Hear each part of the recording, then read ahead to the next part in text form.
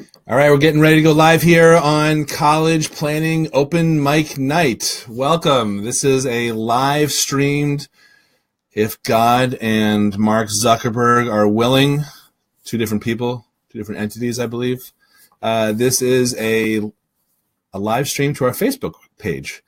This is the first time we're doing this with this technology. It's not our first live stream. And this is all about your questions, all about your burning college planning questions.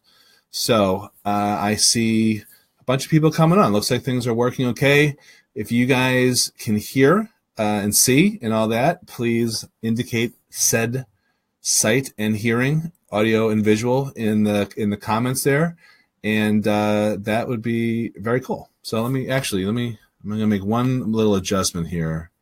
Hopefully this doesn't, if I go off the air, I'm going to come right back.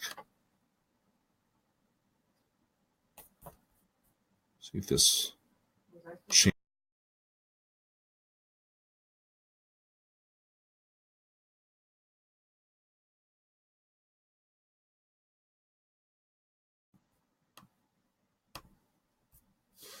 All right, that was a minor adjustment to the bandwidth. We had a little issue here. So let me just check chat and see if we're back. And while I'm waiting for people to, good. All right, I see Ann Arnold, some familiar faces and names, I guess. Heidi and Carol Mark. Hello, guys. Hello, Rochelle from Not Cali. And yes, Carrie Taylor, Jennifer Chan. All right, good. So it looks like we're coming in loud and clear.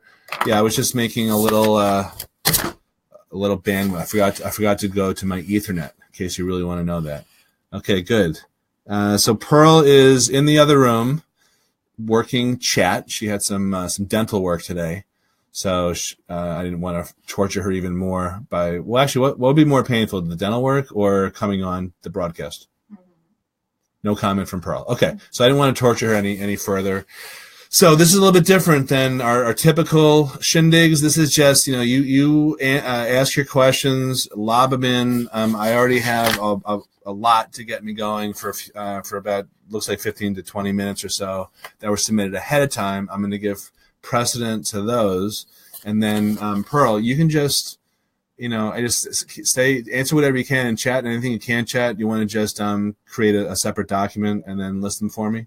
And then we'll go from there. So, all right, good. So welcome. This is it's a new thing here. Oh, Rena Stein. Good. Hello, Rena. Nice to see you. Abby's supposed to book something with me. I texted her a couple of days ago, so I don't know what's going on there. Okay. Michelle from Torrance, California. Tony from New Jersey. Why this instead of Facebook Live from Michelle? That is a good question. So this is Facebook Live, but we didn't do College Talk Tuesday, and I'm not doing the College Coffee Talk on Friday, which is kind of the same type of format as this because we're going away. We're going out of town down to, I believe, sunny Florida, according to the weather, and I wanted to do a nighttime kind of College Coffee Talk. And the format is really what we're going to be doing right now. It's just fire away your questions. So, no slides, no presentations, no costumes, just the mic and the camera. So here we go. I am going to get right into the questions. Here we go. First question from I just see the last name, so it's I can't remember her first name. Bonnets. Any recommendations for helping the high school junior who has no idea about majors and therefore where to start looking at colleges? Yes. First recommendation is understand that is common. That is normal. That is fine. I think what this question is about is about not wanting to waste time and money on college, meaning it's very easy to go to college and learn nothing that employers want.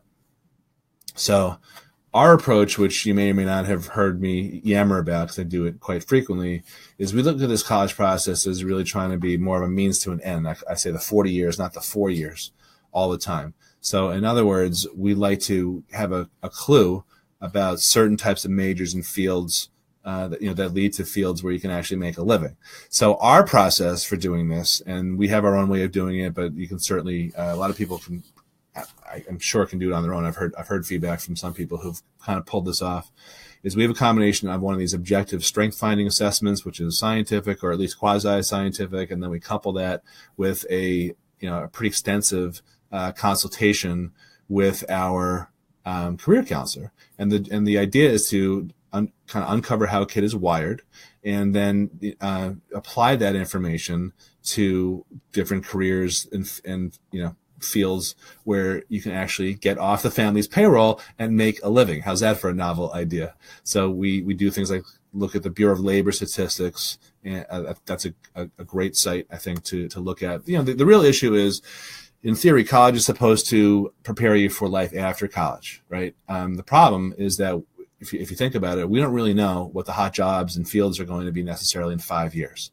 We had all these companies created in the last 5 years, like Uber, and maybe a little long ago, you've got Facebook and Google and all these crazy huge companies. Airbnb, which is, I believe, the most by market cap, the most valuable hotel company in the world, even though it doesn't own any real estate or any hotel rooms. So the idea is, you're going to always have to be learning no matter what you go into, but you should be focused on something that matches up your wiring that could lead to something where you could make a living. So Bureau of Labor Statistics, very good site to check out for fields and majors.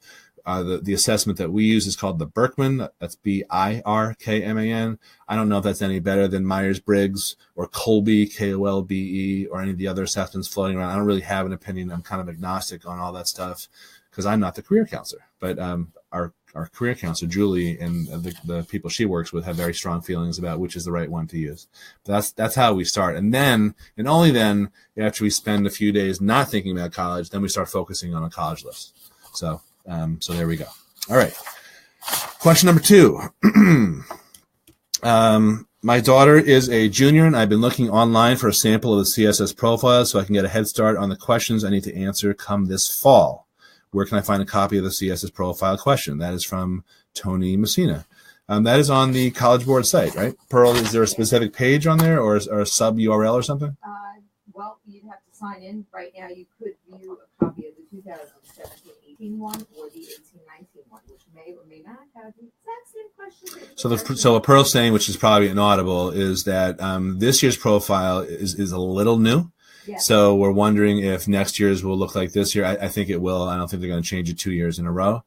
But if you go to the College Board website and you have a College Board username and ID, you should be able to see the current one. Okay. All right. Thank you, Tony. Thank you, Pearl. All right. Dan Maloney. I haven't talked to you in a while, I think. 4 years of foreign language is not, and I think I saw another question on this too. 4 years of foreign language is not absolutely necessary. Correct. That is correct. I think most colleges want to see 2 years, but it's a school by school thing. So double and triple check with your schools and your guidance counselor. So yeah, that's, you don't have to force yourself to do more if you're going to be replacing, that vacuum with, other valuable courses. Okay. Next question. All right, cool. This is from Dave Eisenberg. Your child is at the top of their class, 1,400 plus SAT, AP classes, extracurriculars, gets into top schools, but you can't afford them. How do you do this? Put yourself underwater in debt, crush their dreams, and tell them to go to a community college, then transfer after 2 years, or go to a state school. What good was all this effort and grades if at the end you can't afford to send your children to the college of their dreams? Okay, so here's what I think the better question is who's in the driver's seat? Is it you as a parent? And by the way, this is not me being judgmental at all, but we have these conversations a lot internally, usually around 5:36 in the morning, Pearl and me. Someday we'll live stream those, and then she'll kill me. But, it's great that your kid has great grades and scores. We have 2 of our 4 kids who meet that profile also, but we've been brainwashing them or telling them from day one, just because you have these great scores doesn't mean necessarily that it's an entitlement to go to a super expensive school. Furthermore, there doesn't seem to be any scientific or any other correlation between where you go to college and how successful you are. That's, intuitively that may not make sense, but objectively that's at least from someone who's studied this for a long time, that's my conclusion. So part of, I don't think it's a dream crusher. I think it's a reality check that you may not have $70,000 a year times 4 times how many kids you have lying around. Even if you do, we have a lot of clients who do, they just don't think it's worth it just to blow all that money, as opposed to taking half of it and funding them when they start their own business, or doing something else, a nest egg, so they can buy a house or something like that. Sometimes kids say, well, I don't want to go to a school that I don't deserve to go to, the dummies go to. Chances are you're going to get a huge scholarship if you're a high achieving student. And if grad school's in the picture, it's probably easier to get into a top grad school from a quote unquote lesser college, where your GPA is going to be higher, and you're more likely to get a lot of money and be able to save that for grad school. So, Pearl, you're not with me, but you are with me. Anything you want to add on that quickly? Agree with you completely. Okay. Pearl agrees with me. So that makes 2 of us. So that means it's right. Okay. All right. Question from Carol Mark. In your opinion, will the University of Michigan negotiate with you if you show them financial offers, all merit-based, from other schools? No. I wish I had a better answer. It's not even my opinion. It's my experience and my information from other college planners in other parts of the country. So sorry about that, but I'd rather be honest. Okay. All right, Julie Yesher. Do I need to push my child harder to succeed in sports in order to increase his chances of admission, in addition to him being an honor student? Interesting question. So we have a couple thoughts on that, speaking for Pearl again. In terms of pushing someone in sports, my feeling is always, and I was a Division III athlete, my feeling is always that you can't want it more than your kids. So no matter how much you push them, it's not going to necessarily get results that you're hoping for, if that result is to get recruited. And I'm not sure you're saying that in the question.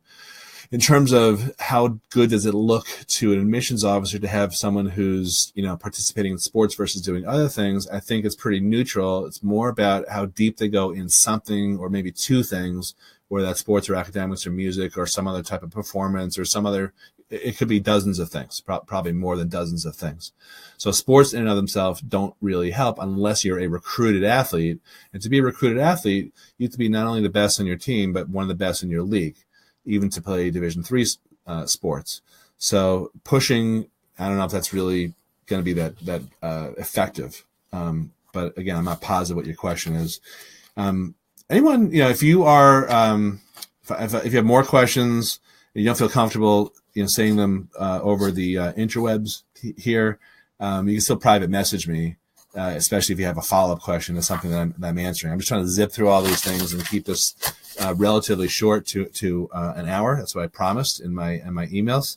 So, but if you have any follow-up stuff, just private message me. My follow-up to that is just Pearl has a follow-up, but I can't hear you. You have to come over here and shout. Well, just to round out that discussion from that. Can't hear you. Come on over. Come off camera. Okay. All right. Pearl has some thoughts. No, I just think you should round out the discussion. Voice of Pearl.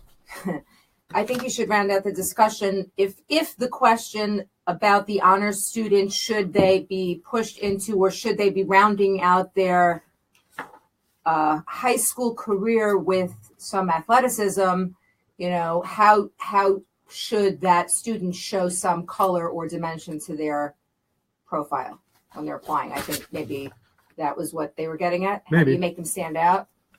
Yep. It's all about going deep in something. The day the well-rounded student is kind of over, sadly, I think, in my opinion. But who wants my opinion? I'm just trying to get facts. Okay. Question from Stacy T. Hi, what are your chances that you will get close to the same amount of merit scholarship money, not financial aid, every year that you received freshman year? Do you have to reapply every year? The chances are very high because the merit aid is generally tied to achieving minimum GPA. So provided that you hit that minimum academic requirement, you shouldn't have a problem at all. That's generally language that is in the merit scholarship offers. If you're just joining us, to see a lot of people coming on here, this is fun. This is cool. We like doing this a lot. And you have any questions, pop them into the comments section Pearl is monitoring that stuff. She's gonna answer. I hear her busy little fingers, and anything that needs further clarification. Once I get through the questions that were pre-submitted this afternoon and yesterday, then I'll wrap up with everyone else's questions. But that's it. That's the whole agenda. Nothing fancy. No slides. No costumes. No presentations. Nothing to buy. Just questions. So. I do these normally, this type of format every Friday morning at 9 a.m., but we're going to be out of town this Friday, heading down to Florida. And it's just, I thought I would do a night one. So if you guys like this format, we'll do these more regularly. Okay. Question from Alicia Grossman. My son got into Cornell. Very cool. That's Pearl's alma mater. She's very proud. He's gotten into other schools as well. Cornell's a stretch. He was accepted into Binghamton Freshman Research Immersion Program. That's a great program. I'm torn as of now. He wants pre-med, orthopedic surgery. I understand where you go. Undergrad's not important if you're going to be professional. Of course, he could change his mind. Is Cornell so much more prestigious and will it open more doors for him than other schools that may not?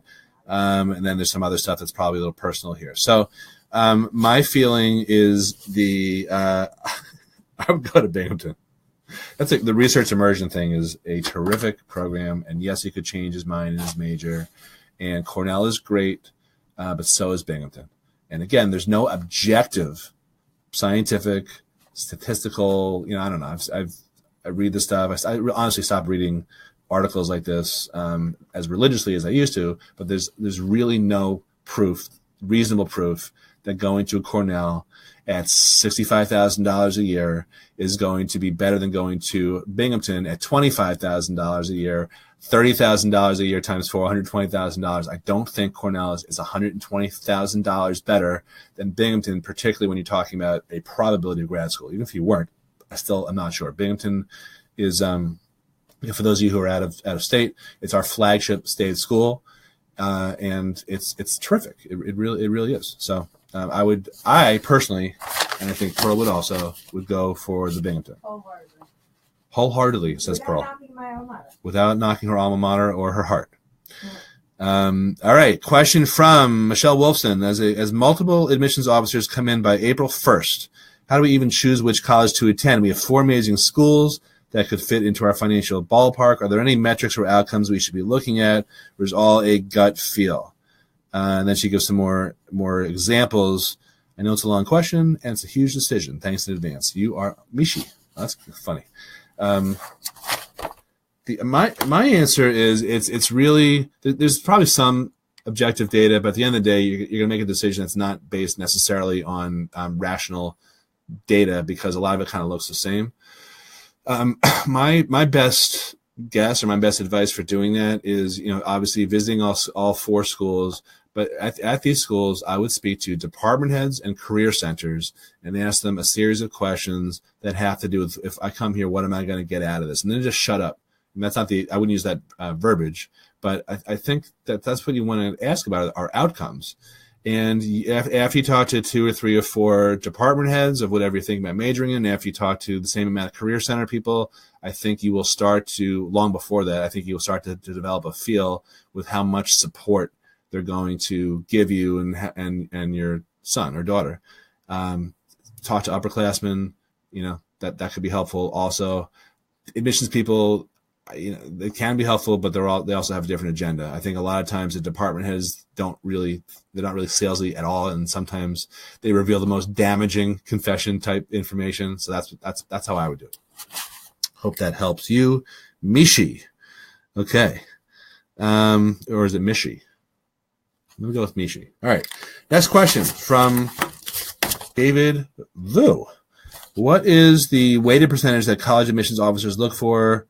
Weighted GPA versus non-weighted GPA, SAT, ACT, and extracurriculars. So here it is in a nutshell, and this answer is coming not really from me. I'm sort of channeling my a mentor of mine, Don Betterton, who's on the admissions committee at Princeton for 30 years, and I've had, over the years, probably 3 or 4 conversations where I've asked this type of question.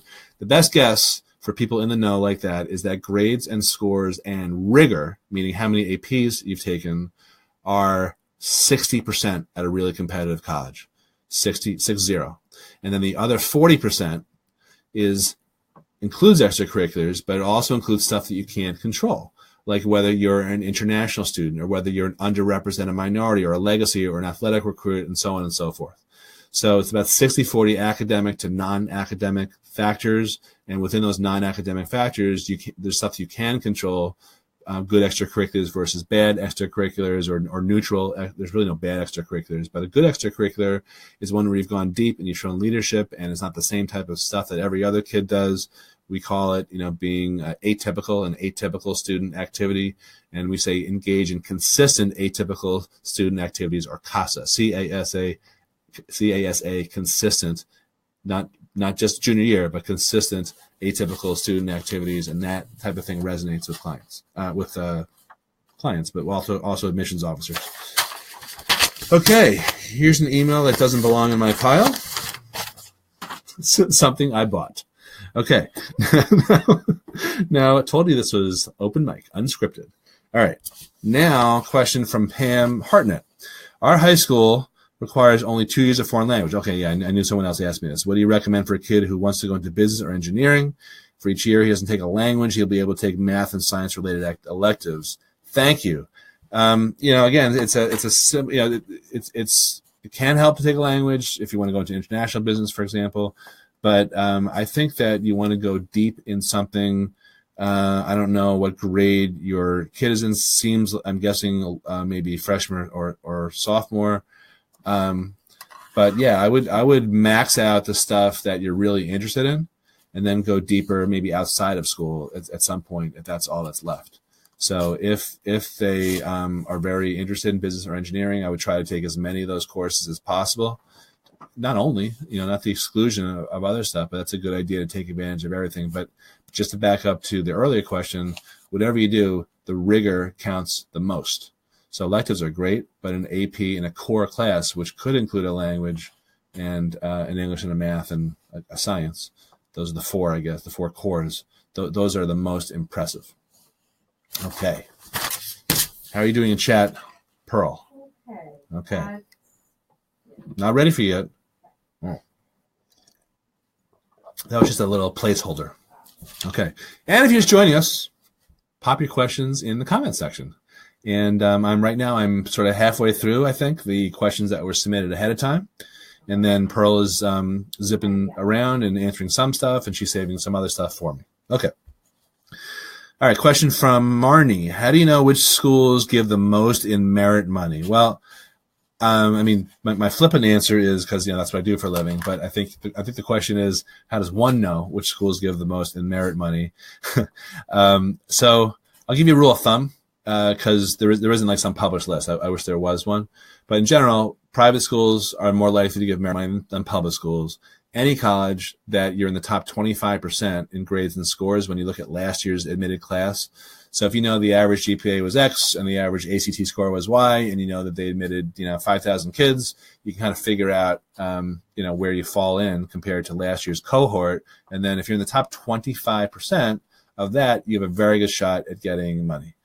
A lot of state schools are starting to loosen the purse strings a little bit to attract out-of-state people with $10,000 to $15,000 type of merit money offers. So schools that we have seen that give merit that are state schools recently, I'd say Delaware, University of Vermont, what else? South Carolina gives some merit money. Ohio State gives some merit money. Michigan does not, unfortunately.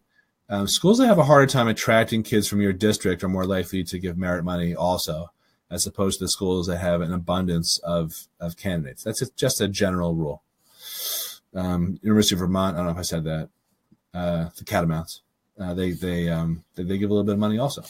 So there you go. Okay. Next question from John Tarrant. Nothing burning. I too am in IEC. Oh, counselor. Okay. College advisor. Hello, John. And do all I can do to remain informed. I enjoyed your presentations and like your style. Okay, cool. Thank you. Appreciate that. Denise Keller. Hi, I have a kid going to college in a few months, already committed, and another one going in 3 years. What's the deal with the 529 plan? Should I use both now for my daughter? I keep hearing that I should use them up now and not wait to use for my son. It's not a ton of money, so just not sure what's the best thing to do.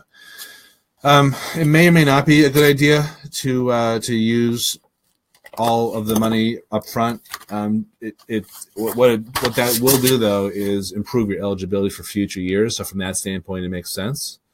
But you have to look at all the options on the table too, between loans and other sources and home equity lines and whatever. I mean, if you're 529, I'm not a financial advisor, but if I would say that if you're 529, we're performing really well right now, I'd be reluctant to pull money out of it when you can maybe do a cheap home equity line or something like that. I don't know, but if you are going to qualify for need-based aid, especially when you have 2 kids in college, it would make sense to wipe out all the assets that get counted against you when you file for financial aid. And the 529 is one of those assets. It's not the 529, the thing about that is it's not a question of whether or not it penalizes you, it's how much. So it can either penalize you a little bit or it can penalize you a ton. So it's kind of a hard question to answer, but I just walked you through the issue. So I hope that helps. Okay. Question from Jeannie. Jeannie from college. Jeannie from Westland. Jeannie Tung. What should my high school junior do this summer? Should she do the same camp that she's done for the past 5 years? Or should I push her to do something more challenging, like get a job, all caps? Or should she do a language program abroad or study for the SAT, ACT? Okay, so Jeannie was in the office a couple of weeks ago, I think. Jeannie, I don't know, I emailed you today, I don't know, or yesterday. I don't know if you got that. My answer is that, some programs are not that impressive. You don't have to qualify to get into them. They're sort of pay to play. And I don't know which ones you're talking about here, but that would be the type of program that I would stay away from. The more expensive ones that tend to be available to anyone. Getting a job is actually a great idea because you should get a job, and also it looks good for colleges. Colleges like kids who work because frankly, not every kid has a job and shows responsibility that way. So that's a good thing too. You can I think she's going to be Raina is going to be a rising junior. So she's going to be in between her sophomore and junior years. And that's the ideal time to study for prep, to start that over the summer.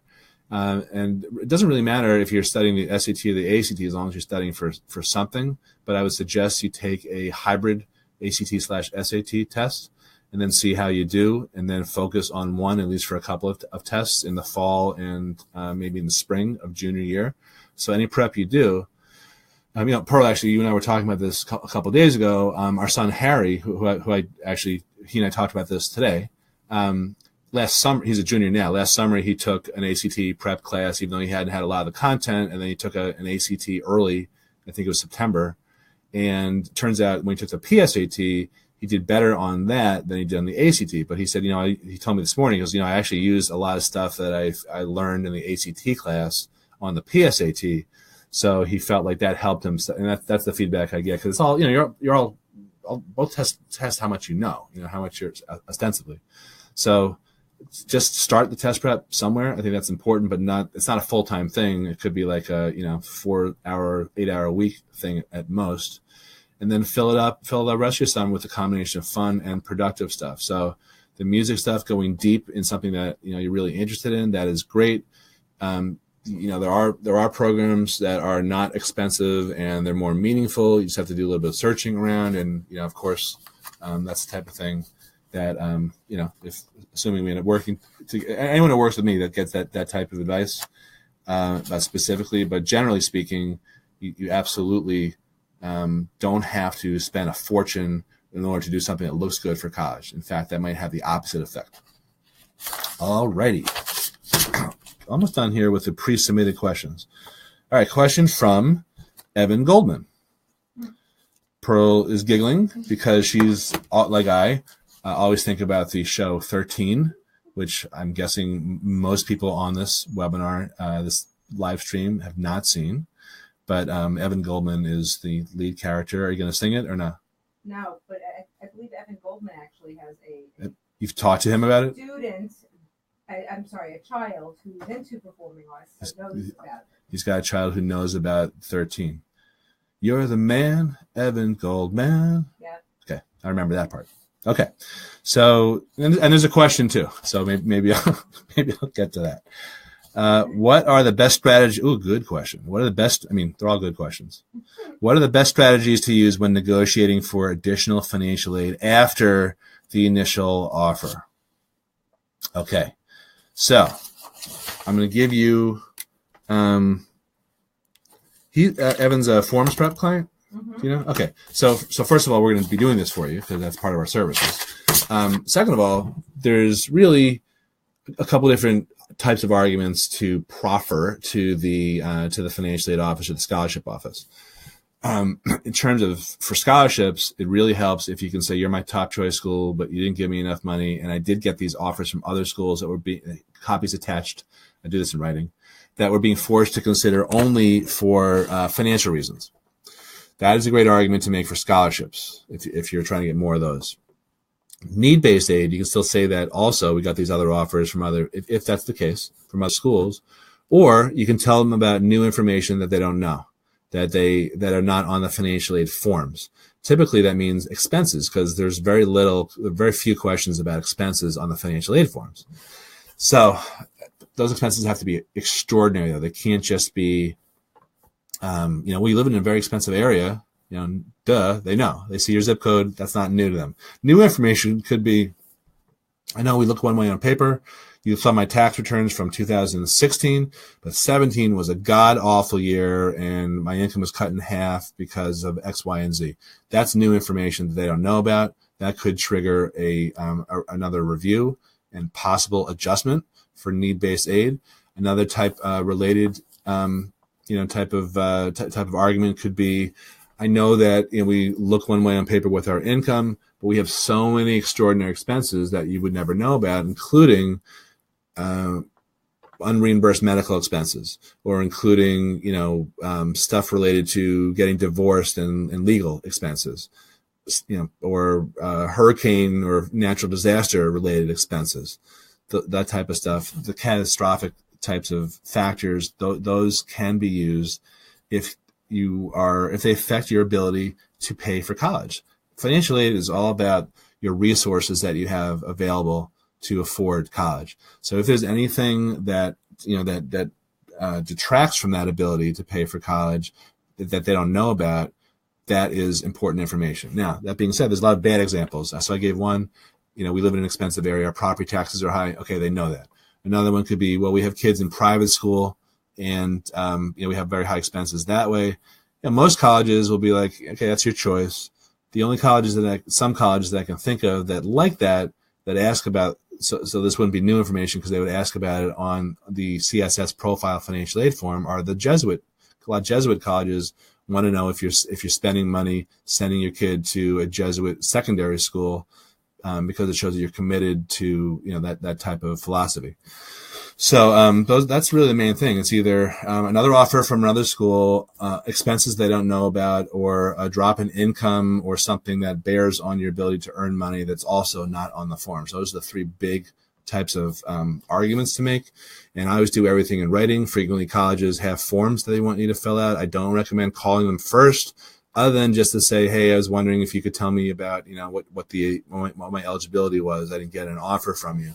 I had an exchange with a client last week or so when his son, who has pretty high standardized test scores, but the GPA is not that high in proportion to the ACT score.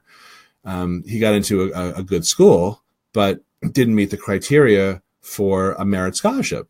So I said, well, why don't you just call up and see what they can tell you about their criteria, even though I know that his GPA, and we all knew that his GPA was below it.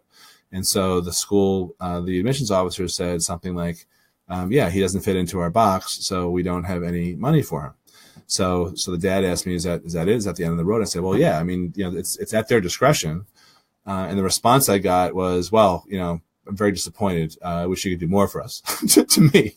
And I'm like, I didn't take his, what do you want me to do? Is do his papers for him in high school, or do his grade? I mean, there's you can try to negotiate, but no, you can't get blood from a stone either. But always try. It's always worth exploring, as long as you haven't done anything kind of like weird on the financial aid forms. I have a horror story about that, but I don't know if we have time for that. All right, so I think that is it for the pre-existing questions. Pearl, do you have any things you want to shout out to me? Sure. Question-wise? Yes. Just any type of shouting, or did you just do a document, or? I did a document. Okay, so what is the document? Questions, today's date, 2/13. All right, let me just log on to that. And you shared it with my private email? No, but I can. Well, okay. Tell me where you shared it. It should be at date. Okay, I'm going into our email as we speak because this is exciting. So it's in our Google Drive. And I'm going to find it. You got the first one? Yeah, while I'm doing that, shout out the first one. Okay, Michelle Hornstein, I don't know if you answered this. Are 3+3 programs a good thing? All right, Michelle Hornstein, 3+3 programs. So that's 3 years. Here we go. I got it. 3 years of undergrad, 3 years of grad school. And there's variations on that. There's stuff for medical school. There's stuff for, other things. Yeah, I when a kid is really super sure that they're committed to doing that type of career path, I think they're great. The irony, I think, a lot of times, particularly with the medical school programs, the combined BA and MD programs, I think the main allure of those programs is that you're guaranteed admission into a medical school and you won't have to take an MCAT.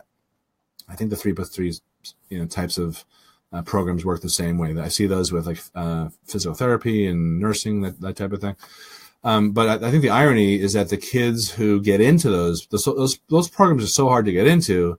They tend to have great grades and great scores anyway, which indicates to me that they're not necessarily going to need an edge taking or extra help, or they don't need to avoid taking the grad school admissions test like the MCAT or whatever. So, I don't know how much they really help. And then when you throw in the uncertainty of, is this really what I want to do with the rest of my life? I think you have to think twice at least about those programs. But barring that, I think they are great. I think they're super. I think they're a way to cut down on your total outlay, your total cost to get that type of degree. So I'm definitely a fan of those schools, of those programs. Okay, so I should go from the bottom here. So I guess Michelle also. I should go from the bottom, right, Pro? No, go for the top. Okay. All right, Barb Mitchell. I have lots of puzzle pieces that are floating out there. When would they all start to fit together? Now, are you talking about life puzzle or college puzzle? What? She's good. I mean, she's not till 2019. Yeah. Barb, it's going to come together. That's all I can tell you. I can't give you an exact date. Like March 17th, St. Patrick's Day, 2019, maybe, depending on how much you've had to drink. I think a lot of things will look different then. but no, you're getting there. You're doing all the right things. So just trust the process. All I can tell you is there will be many twists and turns, and then gradually it'll all this crap that's floating out there will eventually funnel into something that is a plan. So keep it up, and Faith is doing everything right. So you have nothing to worry about. Trust me. Okay.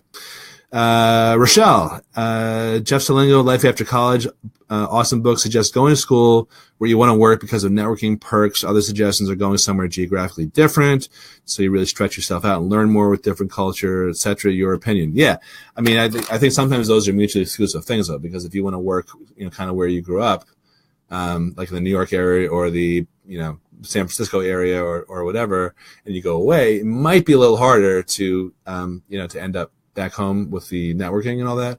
But yeah, I think I read that book. He's one of my favorite college guys. And I think that it does make sense in general to be nearer, not necessarily in, but nearer a city for the internship opportunities. I think where you intern is as important as where you go to college, frankly. Sometimes they're related, sometimes they're not. It's a lot easier to intern if you're at a school near a city. It's not impossible to get a good internships if you're at a different type of school.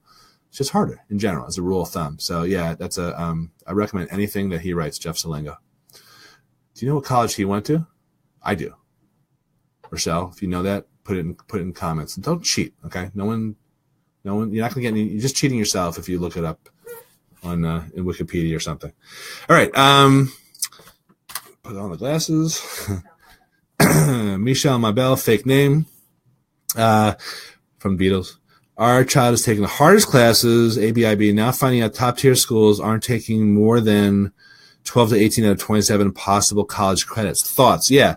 The thing is about those classes is that the rigor component is valued in terms of getting into college. But whether they're going to say, oh, you don't need to pay us as much because we're going to give you credit for taking these classes, that is a different matter whatsoever.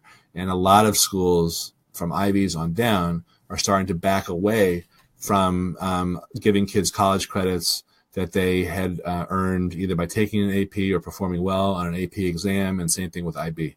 So two different things. And I think it has to do with the money grab. Colleges need money. That's my cynical view of that. All right.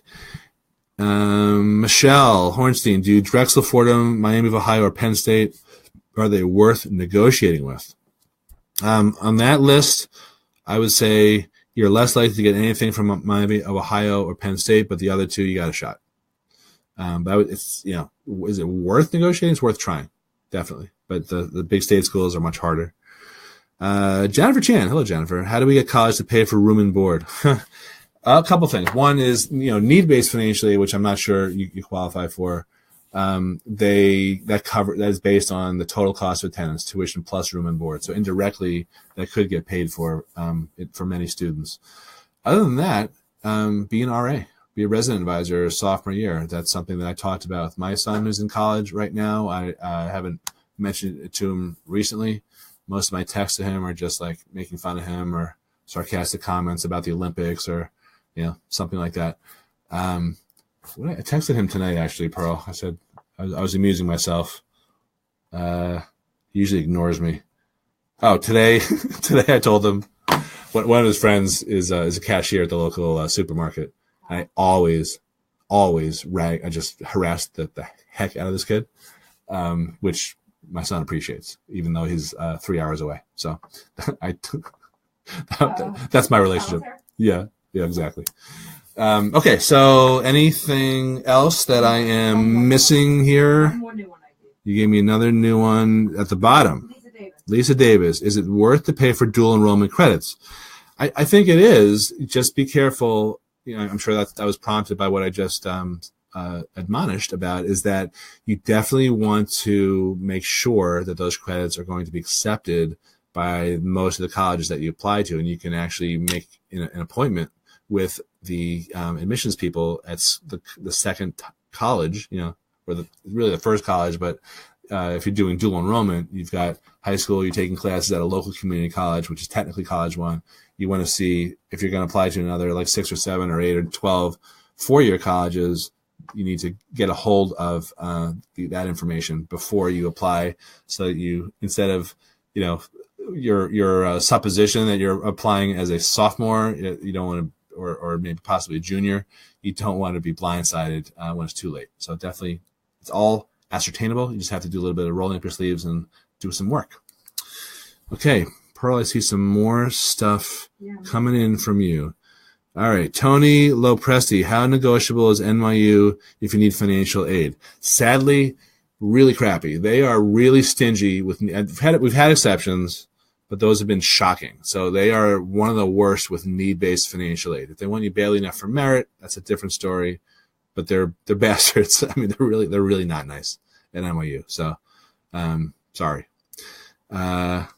Okay. Rochelle, you were the one who recommended the Solingo book. That is funny. That's why you know what? I love when I agree with myself. At least I didn't contradict. How funny would it have been if I was like, don't read that guy. He's a loser. Just listen to me. But yeah, okay. So that is funny.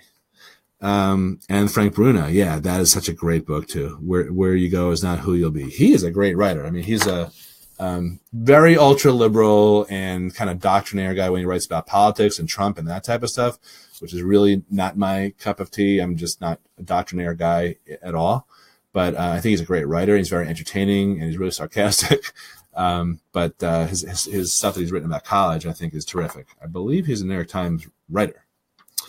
All right, let me just pop back over to the webinar, as I say.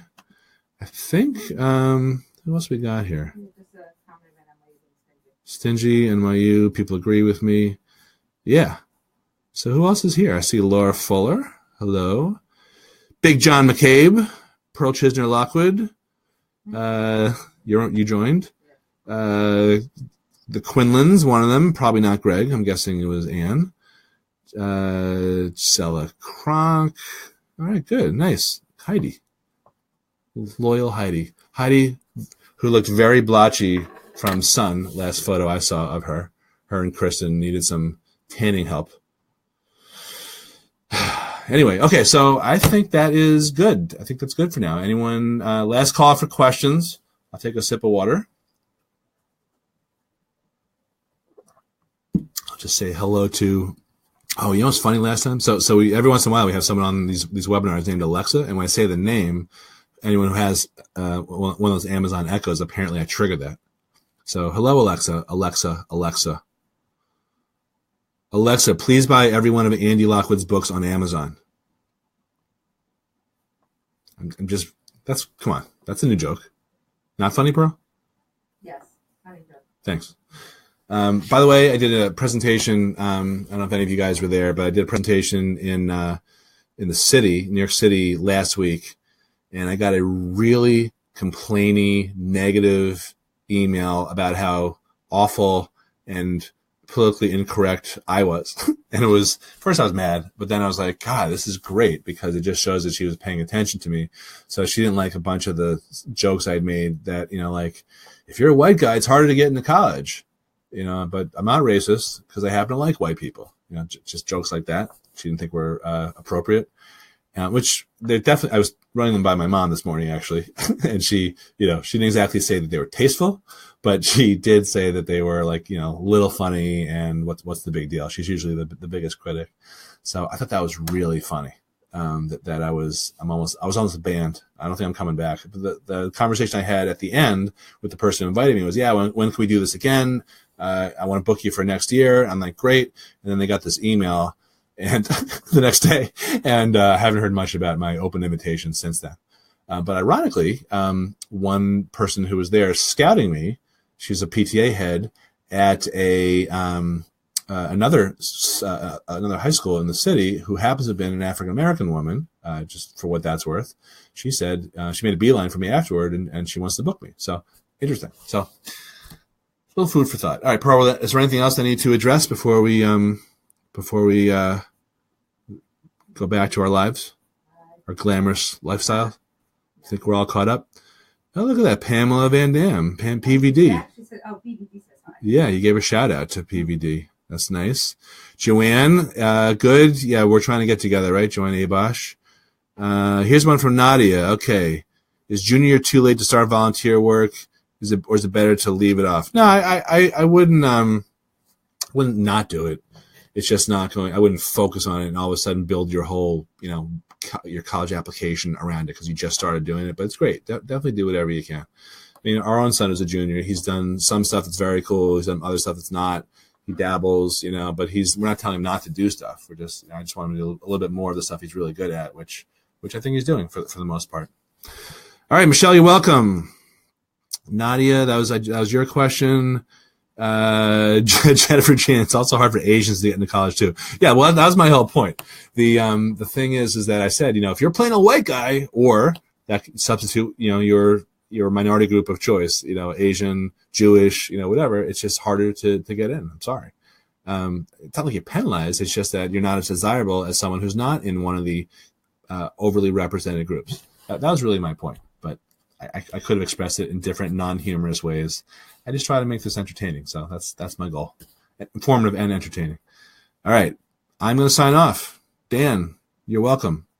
If anyone has any questions, private message me. I see a few of those little red flaggies coming in. And please like the page. Please share this with any of your friends who are stressed out about college costs. We're just trying to expand our reach and help people more.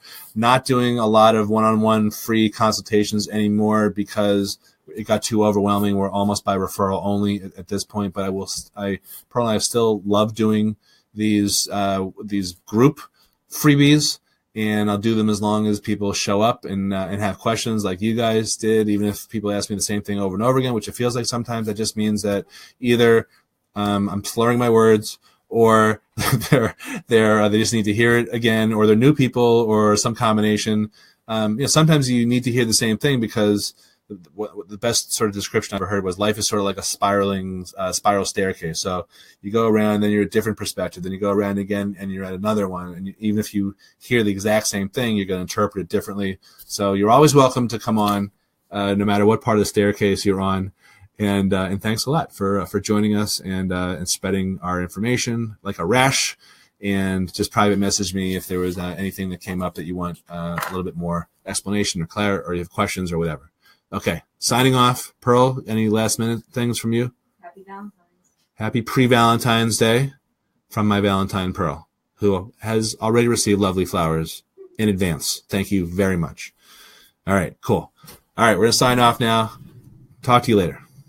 Thanks for watching.